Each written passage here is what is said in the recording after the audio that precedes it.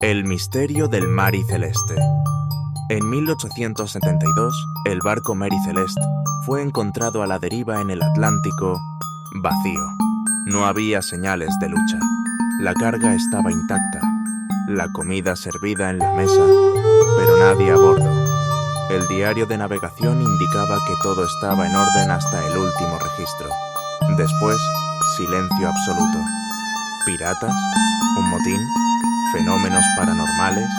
¿Criaturas de las profundidades? Hasta el día de hoy, sigue siendo un enigma. ¿Qué crees que sucedió con la tripulación?